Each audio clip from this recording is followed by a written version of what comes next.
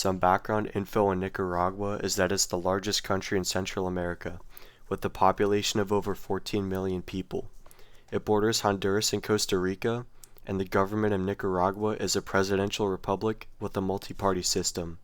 The U.S. is known for intervening in Nicaragua between the years 1912 and 1933, and despite its drug trafficking problem, Nicaragua actually has a relatively low murder rate compared to the rest of Central America. Whereas cities in Honduras have a homicide rate of 169 per 100,000 people, Bluefields, a city in Nicaragua known for its cartel influence, only has a homicide rate of 42 per 100,000 people. This rate is just a bit lower than Detroit's homicide rate. And in Nicaragua, half of its citizens live on less than $1 a day, and on top of that, 6 out of 10 people live in extreme poverty. From the early 90s, drugs always played an important role in Nicaragua's economy. But in 2006, Mexico's former president, Felipe Calderón, declared a war on drugs. Mexico squeezed its cartels at home, causing the violence to move south in a big way, transforming Central America from a passive transit route to a central theater in the war on drugs.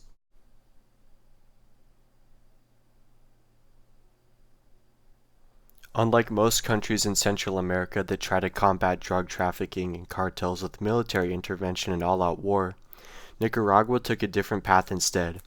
Whereas countries like Honduras, El Salvador, Guatemala, and Belize were able to receive funding and training from the United States, Nicaragua, partly because of its cold relationship with the U.S., was left to solve the issue on their own.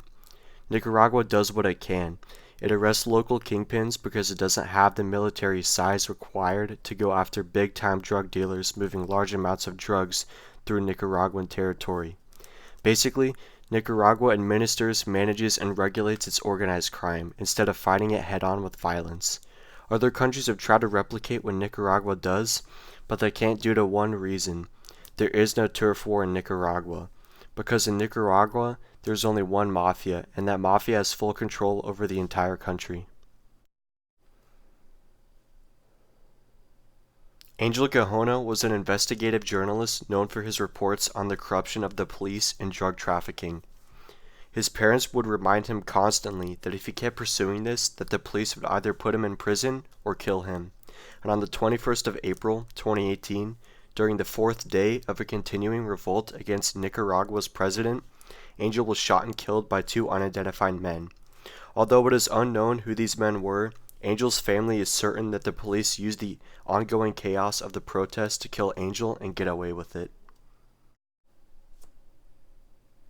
Cocaine traffickers are responsible for the disappearance of millions of acres of tropical forests due to their attempts to launder their profits. The cartels launder their money by purchasing forests and then turning said forests into agricultural land in order to move the illegal drug money into the legal economy.